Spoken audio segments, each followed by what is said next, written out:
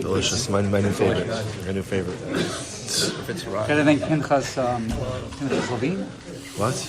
Pinchas Levine, is that the guy who comes here Thursday nights? See here, he's the one who introduced us. All right, chaburah. A good Shabbos. A good evening. Let's begin. So we're going to do something a little bit different tonight. Being that Emir Hashem, we're just a few days away from Chanukah, Yom Tov of Chanukah, Ba'alinu L'Tova. So last week, we did a beautiful piece by the Sefer Oil-Lubavitcher about Chanukah, a really powerful piece about crushing the olives.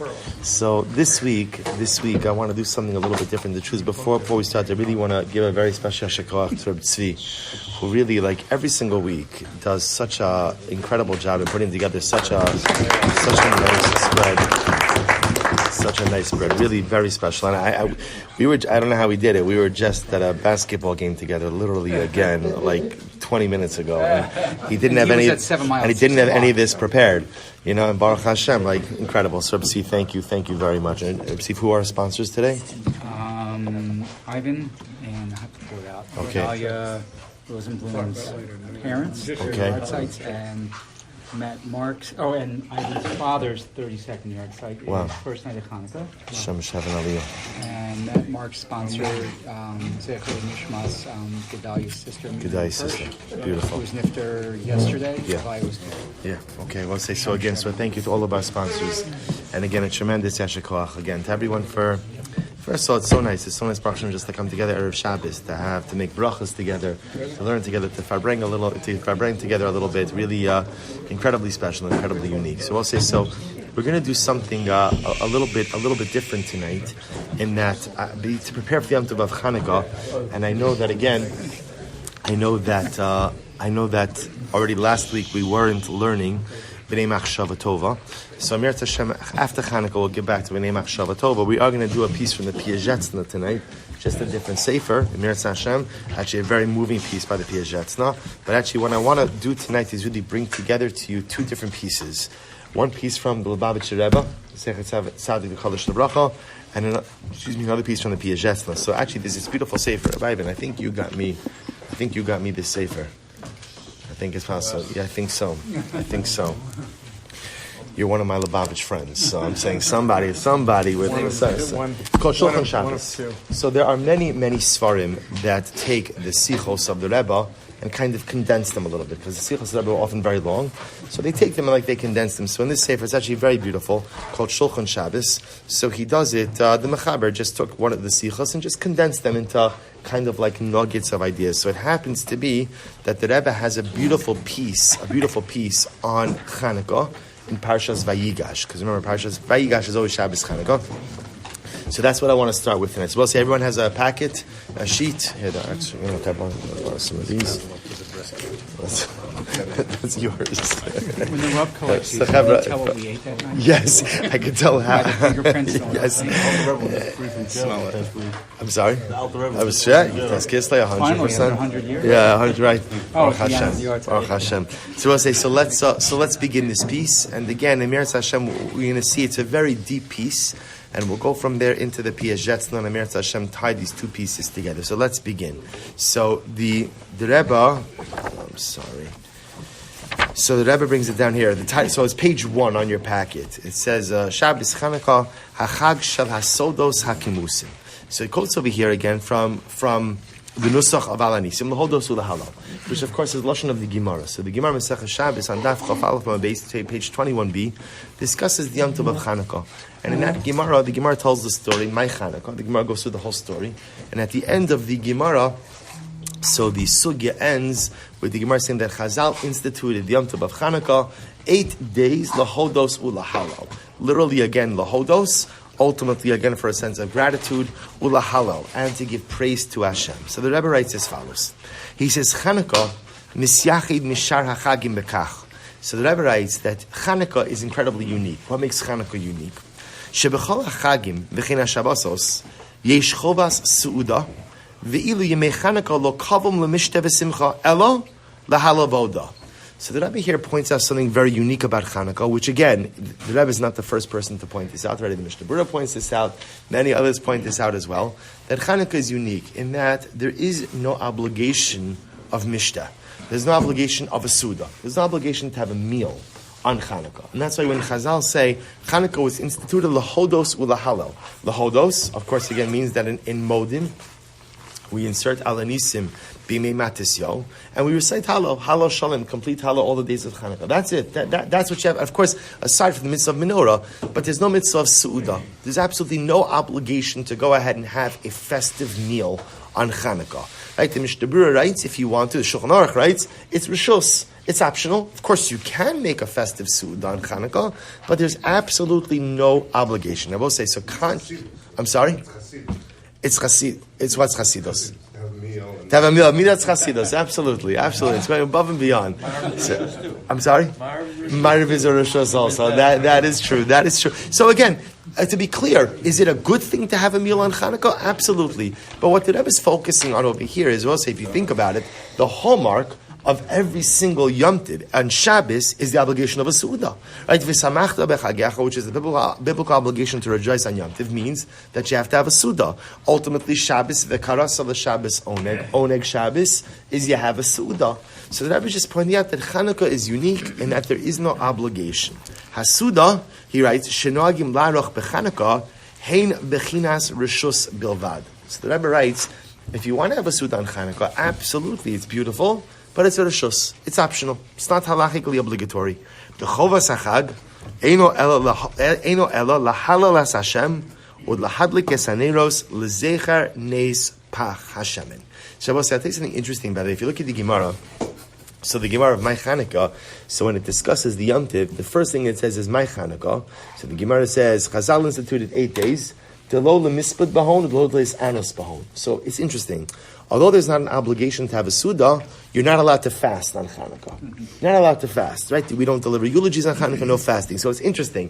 You're not allowed to fast, but at the same time, there's no obligation of a Suda. How do you go ahead and fulfill the mitzvah of Chanukah? 3 things. You light your menorah, you insert alanisim and modim, and you say halal. That's it. That's it. That's the entirety of Chanukah. You want to have a meal? That's rishus. That's fine. It's beautiful. It's wonderful. Absolutely no obligation. The chovas hachag eino el hodas lahadlik esaneros lezeicher neis pach Hashem. Good. So the Rebbe writes. So we'll say why? Why is Chanukah different, therefore, than every other Yom Tov we have? But Meir, you need a sheet. Sorry, Chaburah, there's still more sheets if anyone needs. It's plenty. So the second paragraph, we'll say, second paragraph on the first page. Siba sahev dalazeh ben Chanukah lechagim ha'acheros novos mimohuso shalachag. So it says, I'll give you the Pashup Pshat. The Pashup Pshat, that's why Chanukah is different than all the other Yom Tovim, is because it's a fundamental difference in identity. Meaning what? Bechagim acherim ikar hagzera haisa al haguf shal am Yisrael kimo hashiba Mitzrayim o gzeras hashmada bepurim. Lachina simcha bidol aporonos misbatas b'suuda gashmis hamisameches es haguf. So we'll say a very simple distinction. The Rebbe says, if you look at all of our other Yom Tovim, right? So remember again, Pesach, we faced the threat of physical annihilation.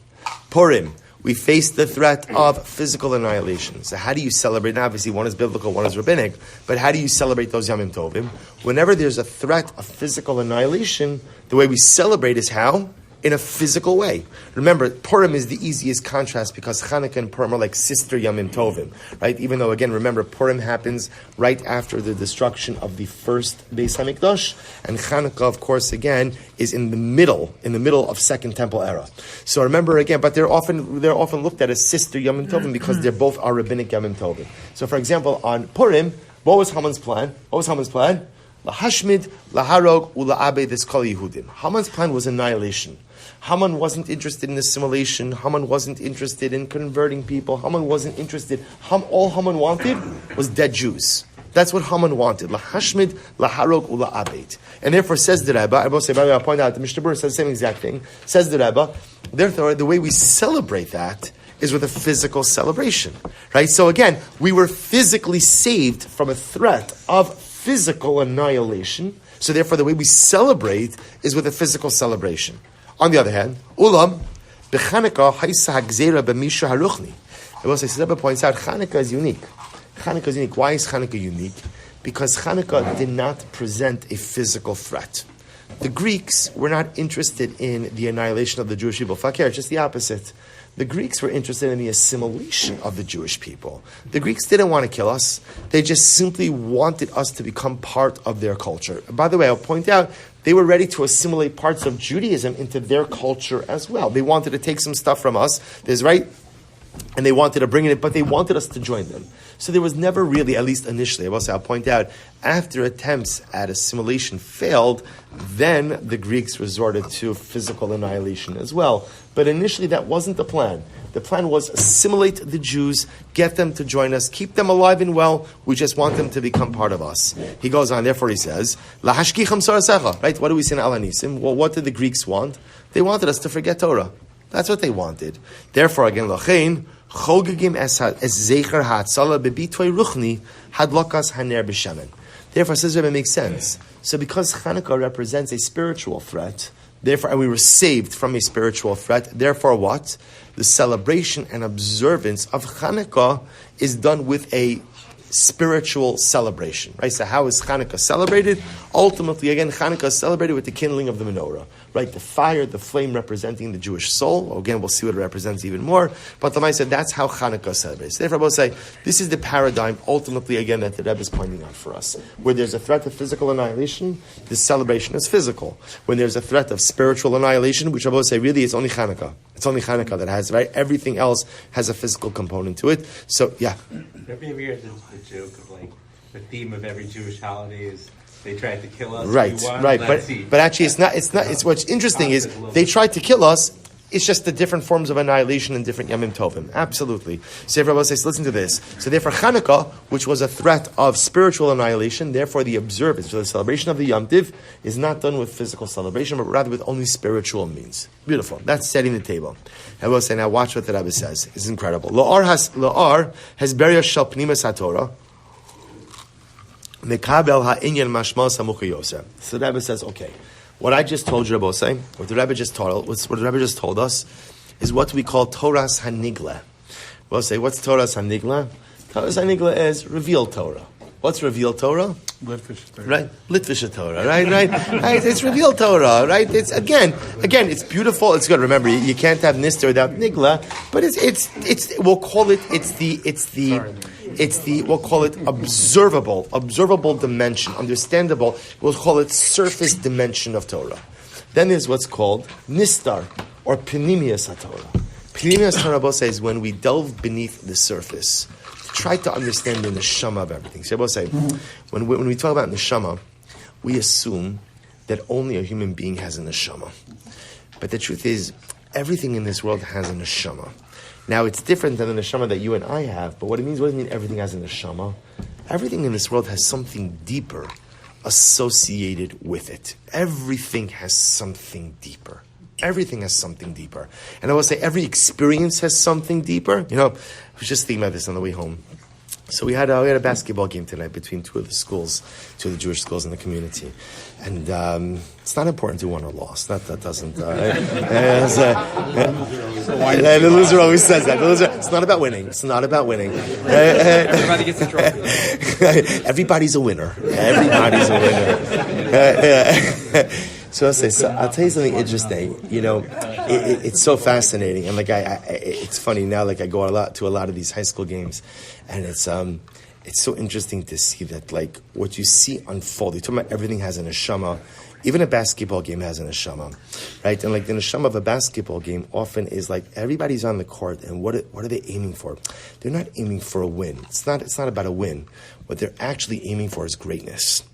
You see, because what that win represents, the win is a portal to greatness, right? It's that portal to accomplishment, to self-actualization. And what's incredible is that when there's a loss, it's fascinating.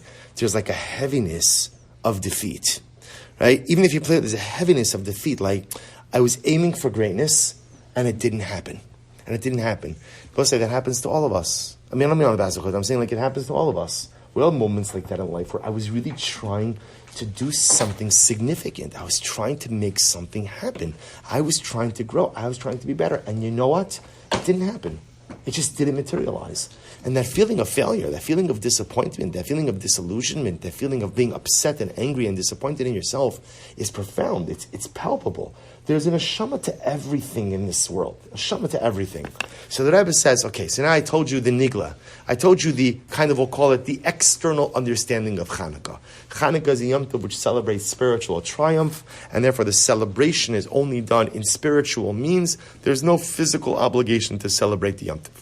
But says the Rebbe, let's go a little bit deeper. Rebbe will say, this is such a beautiful piece. Such a beautiful piece. Su'uda, look what he writes there here. So let's talk about why doesn't Chanukah have a Su'uda? So the Rebbe says, Su'uda murkeves milechem mayim v'yayin. So it's interesting. What are the staples of a meal? What are the staples of a meal? The Rebbe says, you need bread, water, and wine. Bread, water, and wine. Those, I guess you could fry the bread, right? I'm just saying, you can always deep fry. Right. So at the end of the day, the Rebbe says, like, if you think about like a Su'udah has three primary components, right? You have to have bread, right? Because remember, again, you're washing, so the bread makes the Su'udah, right? You have to have mayim, you have to have water, and yayin. Yayin is often, again, what makes a Su'udah chashuv, what makes it important. So look what he writes. He says, Shloshes hadvar me'elu, romzim l'torah. Boss, you know what the common denominator between bread, water, and wine? Bread, water, and wine are all metaphorical allusions for Torah. Listen to this. Lechem umayim. So bread and water are obvious. Just like bread and water are the key components for sustenance, for physical survival. So again, that's why Torah is compared to lechem, Torah is compared to bread, Torah is compared to water. I can't exist without bread, I can't exist without water, I can't exist without Torah. Adam, romzim lechelek hagoloi shel Torah. Now I will say the other thing about bread and water is that bread and water specifically refer to what we'll call the revealed dimensions of Torah. The revealed dimensions.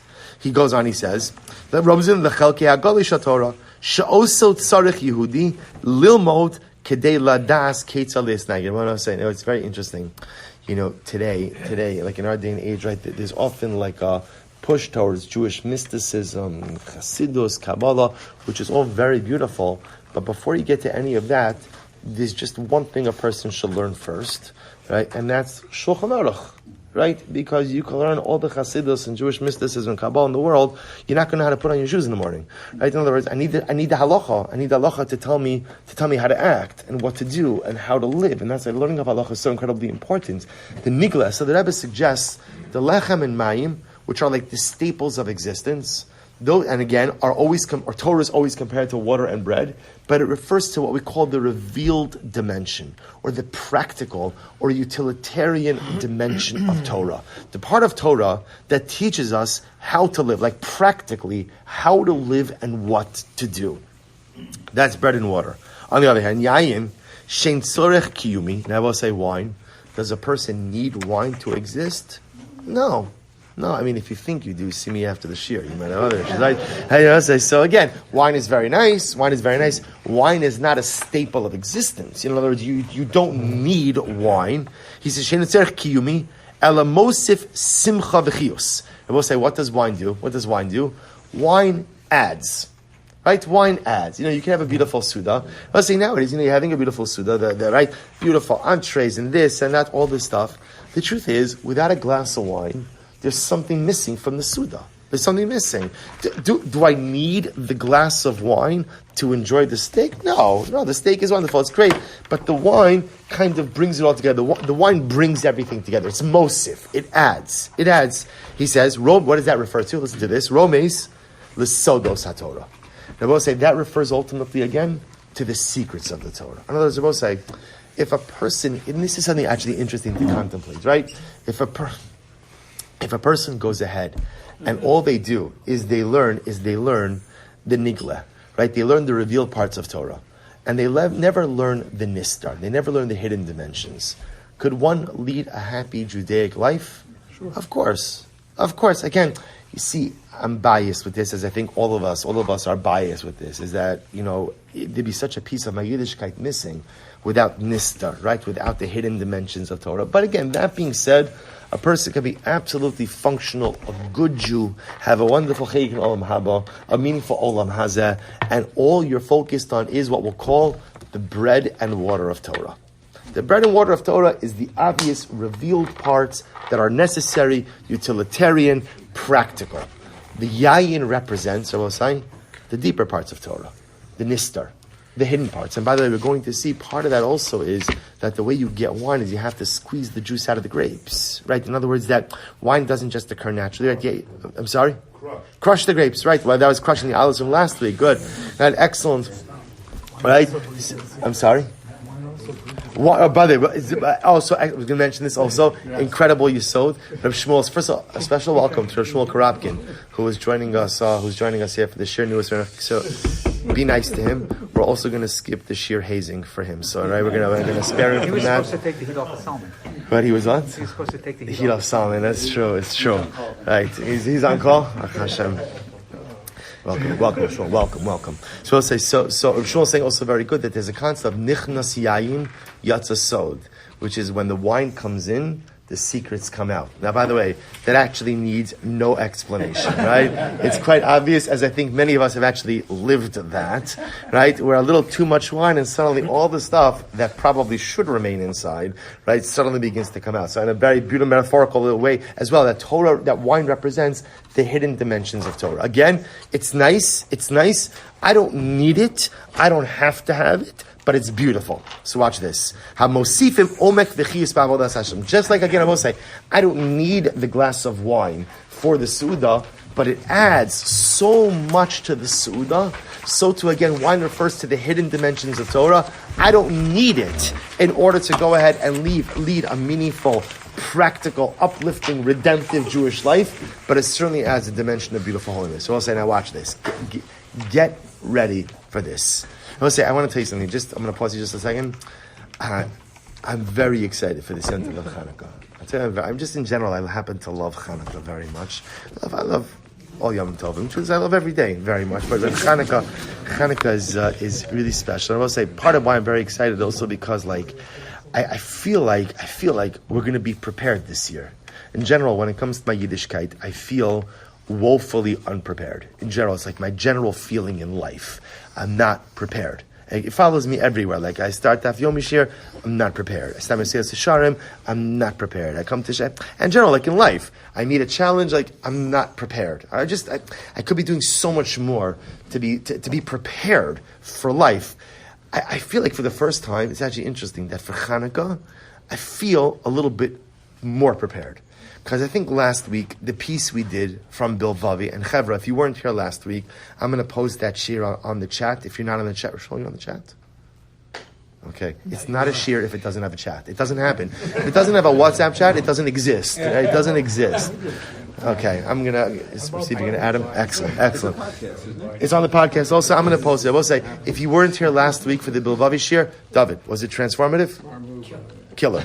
That's good. That's a good thing. I wanted to get on the record. Crushed it. I learned also that crushing it is good. Crushing it is a good thing. It sounds bad, but apparently it's a compliment. Good. I'll say, so we had that piece last week, which really taught us like the message of the oil. And now look what the Rebbe is going to do. And I feel like if we internalize last week's shir, this week's shir, I Pasha feel like ready to go, like confident to go into Chanukah, what the Rebbe says. So remember again, when it comes to Suda, 3 things. Water, bread, wine. Water, bread, the necessities. Reference to we'll call it the necessary part of Torah, the nigla, the revealed part. Wine, not a necessity, but makes everything come together so beautifully, the hidden dimensions of Torah. The Rebbe says, by the way, there's a 4th part to the Suda. Get ready, meat. Get ready for this. Ach, yesh davar revi'i. There's another thing. Shemen. Is oil. Frying. Right? It's 100. Yeah, right? Canola oil. Right? We'll say, no, shemen. Now, by the way, we'll say, why is he bringing down shemen? Because the truth is, again, remember, the one thing he's not talking about over here is like, okay, like, what are you having for your meal? Like, what are you eating? But chances are, whatever it is that you're eating is generally going to have an ingredient. And what is that ingredient? Oil. In some way, shape, or form, right? It's part of the preparation of foods. So the Rebbe, he doesn't say that, but I believe that's what he means. So there's like another staple in the meal, and that's oil. But I will say, what's the difference, says the Rebbe, between water, bread, wine, and oil? I should say water, bread, wine, and oil. Look at this. Listen to this.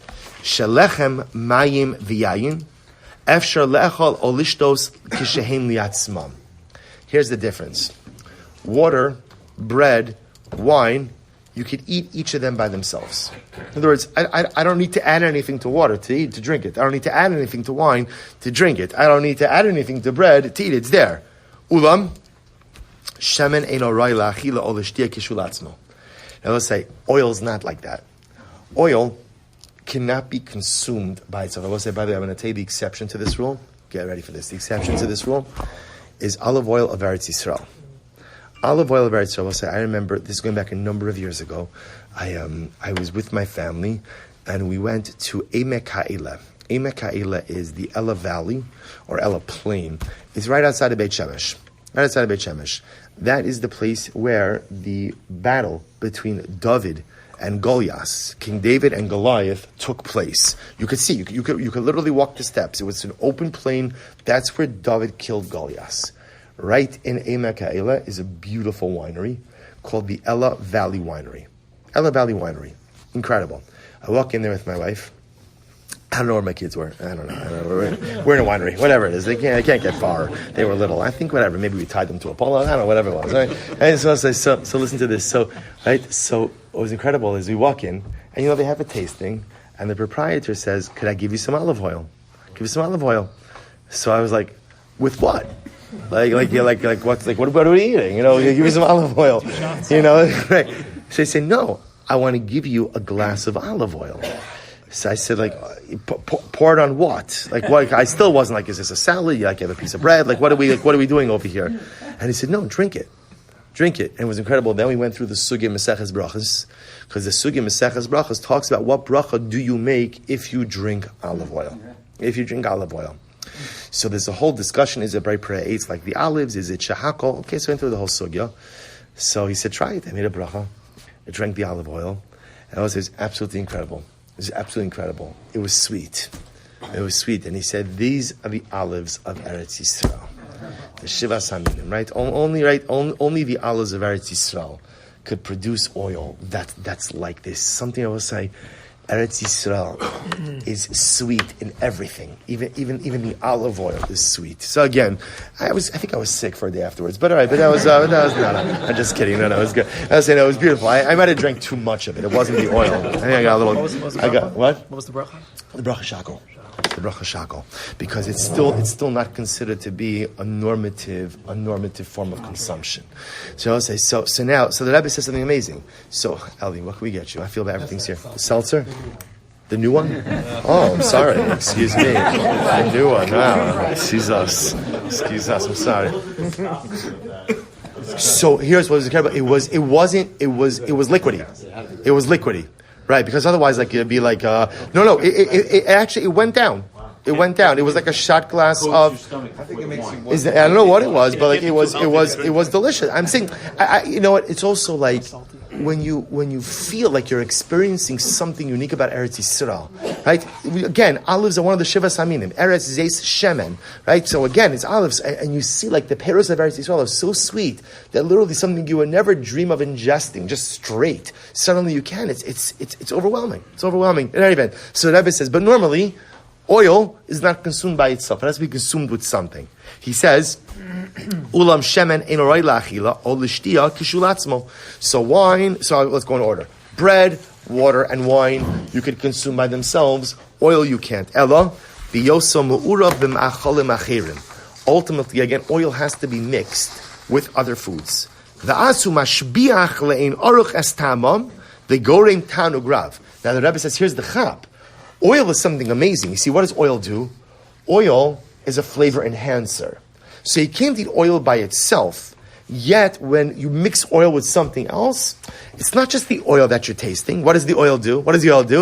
It brings out the flavor. Like salt, right? It brings out the flavor in everything. So Bosa, now watch this. It's so incredible. So the Rebbe writes, so Bosa, second section, page 296, where it says, Chag HaShamim. B'nekuda zu, ba'a lidei bitui ma'alaso hanefla shel Chanukah, al kol hachagim ha'achirim, shechayvu b'suda shel lechem mayim v'yayim. So both say, now we understand why Chanukah is different.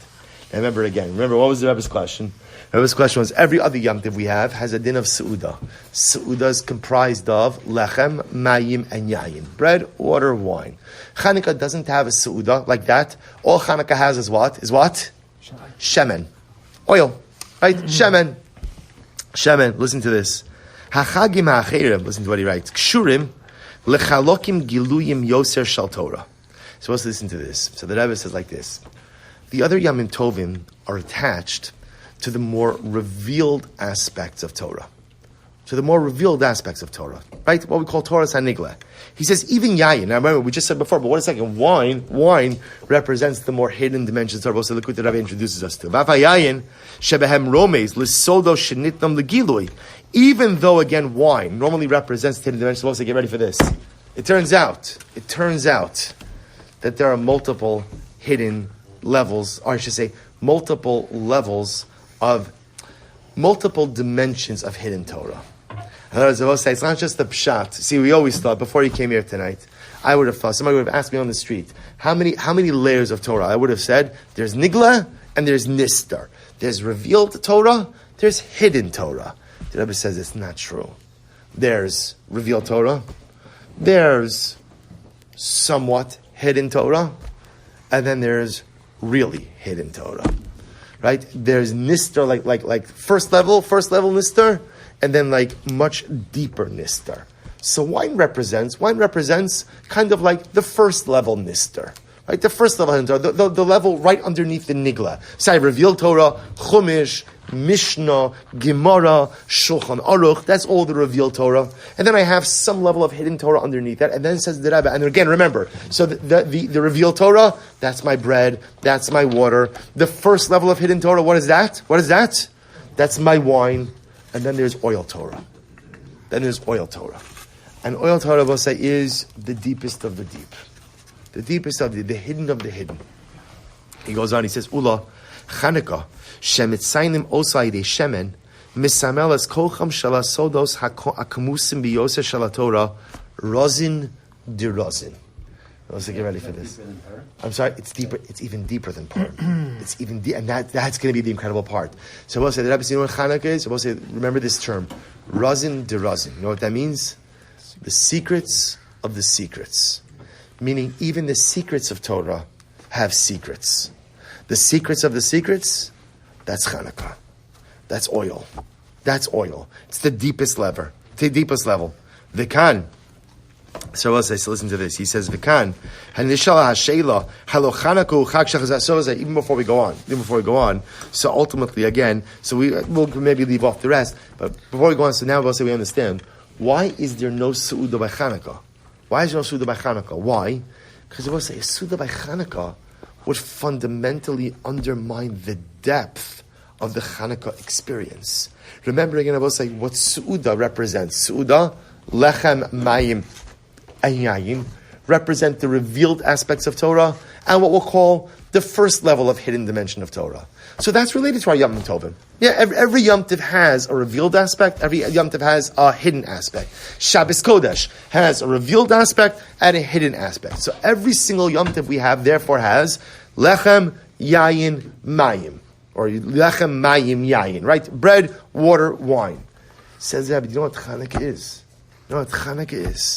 It's Razin de Razin. It's the secrets of the secret. So we'll say there's only one thing you have for the secret of the secret. And what's that? Oil. Oil, I will say, is the Razin de Razin. Now here's what's interesting, I will say. Can you have the Razin de Razin by itself? Can you have the secret of the secret by itself? No. The same way that you can't consume oil by itself. But if you take the oil and you mix it with everything else tastes so much better when the oil is added to it. Or in the Rebbe's Malabosai, Chanukah brings us a certain deeper level of spirituality that cannot be felt the rest of the year. We'll say, but you understand what this means? We'll say, I want to point out, do you understand what this means for us? Let's say, you know how Chanukah happens so often? You know what happens, right? I said this to my women's share, right? What happens? Everybody's together. Right? The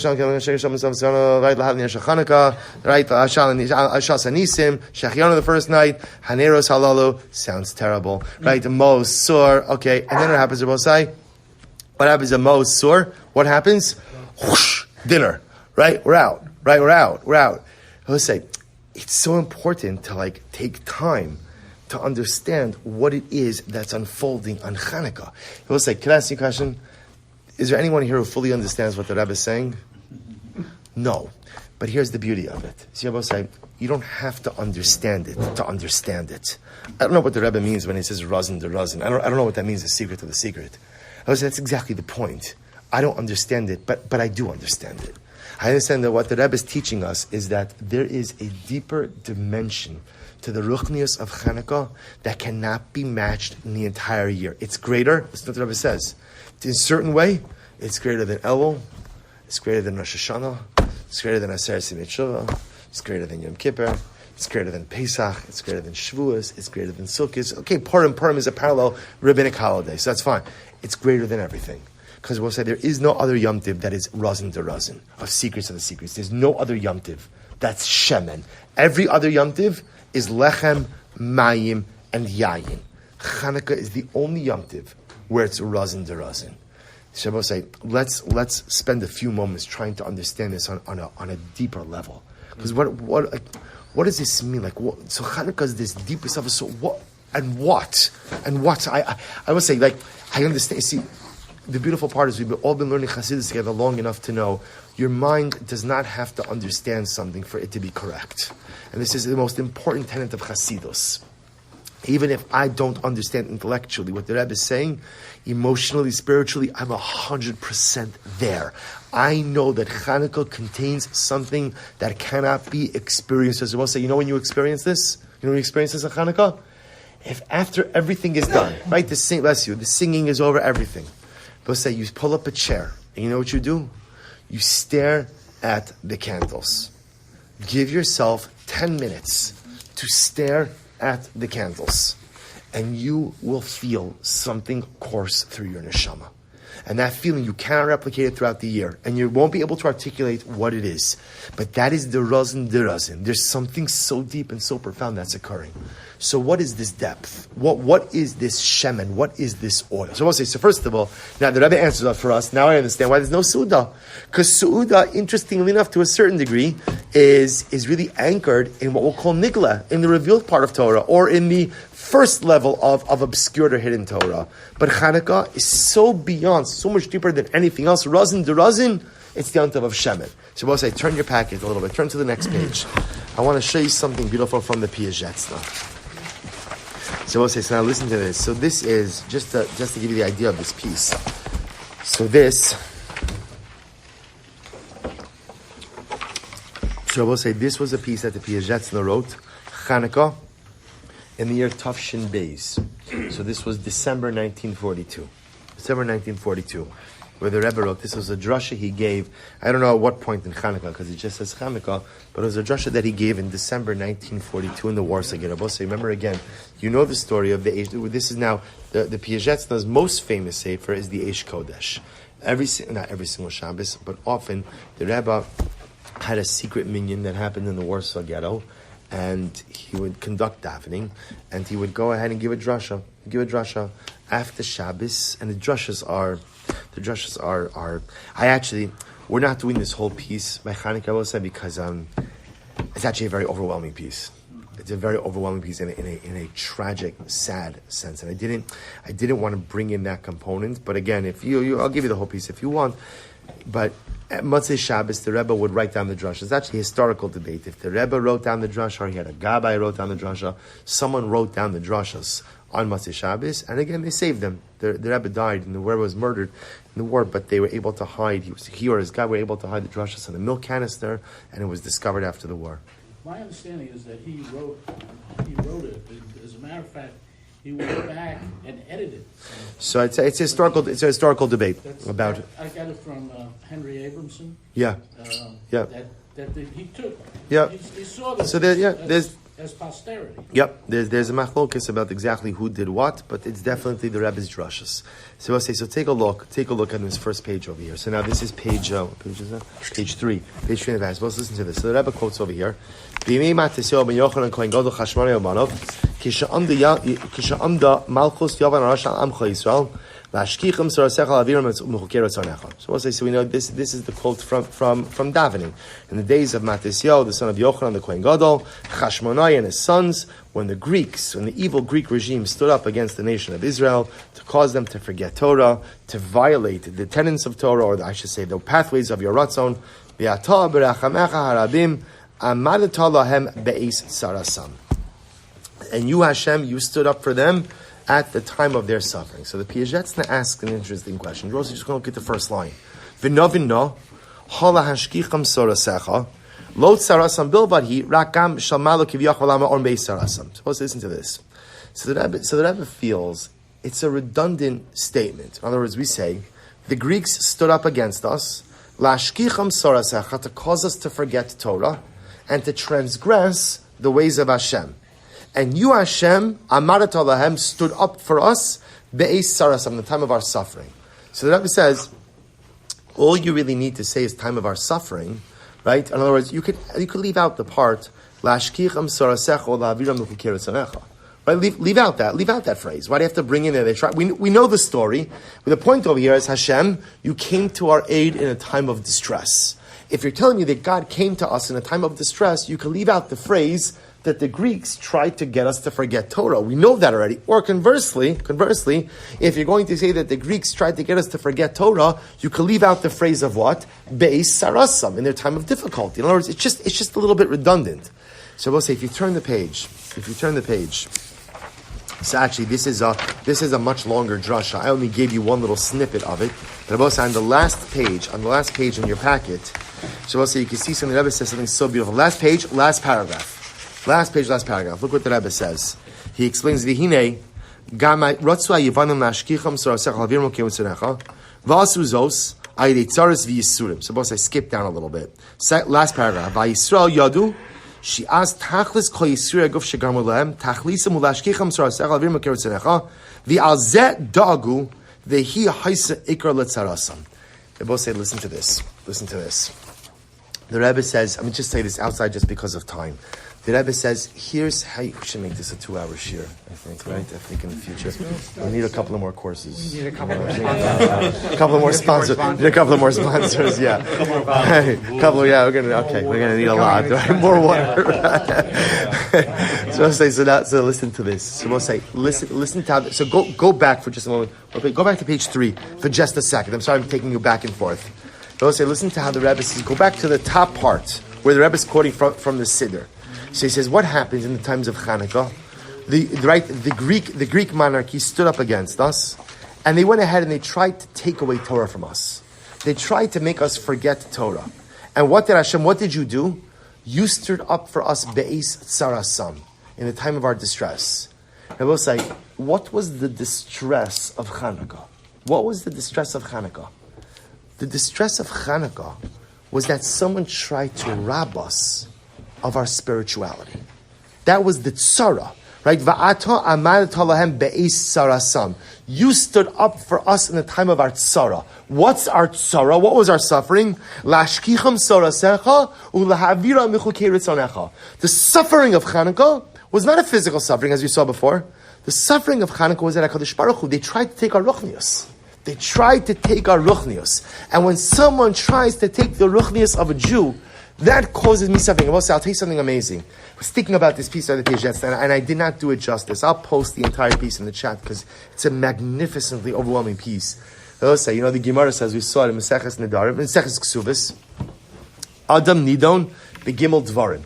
A person, right, the true nature of a person could be seen in 3 things, right? What are the 3 things, right? Koso.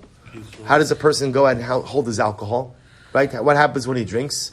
Right? Kiso? Right? How do you go ahead and spend your money? What you spend your money on is a big thing. And kaso, either that means what do you get angry over, or how do you behave when you are angry? Makes a lot of sense. Tell a lot about a person when they drink, that everything comes out.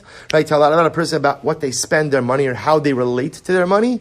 And you tell a lot about a person by what they get angry about or how they manage themselves, how they compose themselves in a time of anger. I will say, I was thinking about this today, and I think that there's another thing you could add to this. The other thing you could add to this is bitsaro.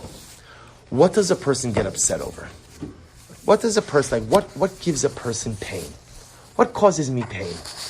And you could tell a lot from a person about what causes them pain, right? In other words, for some people again, they don't get the gashmius they want. They're in pain, like they're in distress. They're in distress. Excuse me. A person, something in his career does it. You could tell a lot about a person by what pains you. And I both say, do you know what the incredible part about Chanukah was? We discovered as a people, be'ez sarasam, what causes us pain. What causes us pain, Abba? You know what causes us pain? When someone tries to take our ruchnias. That causes, you want to take my life? The Jew is always, Abba has always been prepared to die al Kiddush Hashem. If I need to give my life for HaKadosh Baruch Hu, I stand ready to do so. That has been the power of the Jew throughout the ages. No one has ever been willing to give their life for their God like Am Yisrael is. But it's incredible. It's not dying al Kiddush Hashem that gives me the greatest amount of tsar. It's the thought of losing my ruchnius that gives me the greatest amount of tsar. It's the thought of being spiritually deprived. It's the thought of having my spirituality removed from me. That's what causes me. And that's what we say. That's what we say ultimately in Mimatis Yo. We say, Hashem, what did the Greeks try to do? They didn't try to take our bodies. They didn't try to take our lives. What did they try to take? What did they try to take? They tried to take our Torah. They tried to take our ruchnios. And what happens? What do we call that? Hashem, you stood up for us be'isar asam, in the time of our tsar. Because do you know what causes me tsar more than anything? The loss of ruchnios. So we'll say, what does that tell you? If what causes me tsar more than anything is loss of my ruchnios, what does that tell you? That the most important thing to me in life is my spirituality. The most important thing in my life is spirituality. I will say, I think that this is the razin of the Oil-Lubavitcher Rebbe. This is the secret of Chanukah. The Rebbe will say, you ask a person, what's important to you? What's important to you? So we'll say, stop a person on the street. What's important to you? What's important to me? My family is important to me. My career is important to me. My home is important to me. All correct answers.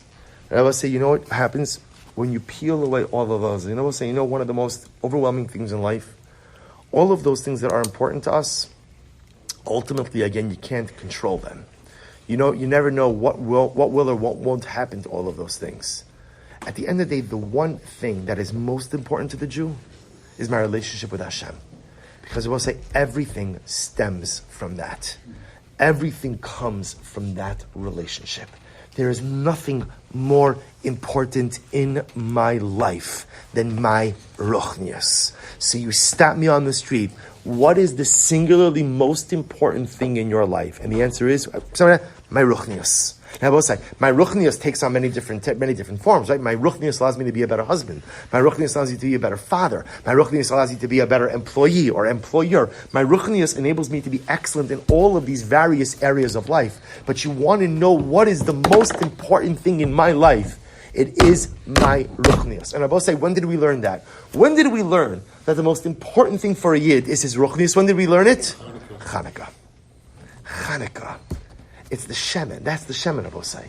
The shemen is ruchnius. Shemen is ruchnius.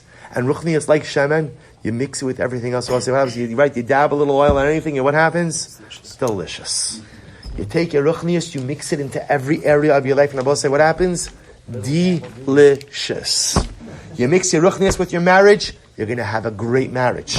You mix your ruchnius with your parenting, you're going to be a great parent. You mix your ruchnius with your career, you're going to be honest and successful. You mix your ruchnius with your gashmius, you are going to have a healthy relationship with your material side. You mix the oil of ruchnius with anything, and it just makes it better. It just makes it more delicious. And I will say, this is the shemen, this is Chanukah, this is the razin. At the end of the day, the takeaway message of Chanukah is that the most important thing in my life is my ruchnius. And I will say, right now we're learning it. The avodah of Chanukah is that by the time we get to the 8th ner, to be able to say it as an affirmative statement. The most important thing in my life is my ruchnius. I know it sounds strange. What? My ruchnius is more important than my wife? My ruchnius is, don't say this to your wife yet. Work this through. Right? Finesse this a little bit, right? Right. The most important thing in my life is, ruchnius is more important than my wife? Ruchnius is more important than my kids? And I both say, you know what the answer is? Yes. Because what are you without ruchnius? What am I without shemen? What am I without my... What am I? I'm a shell. I'm a vessel. I'm a kli. I'm not a husband without ruchnius.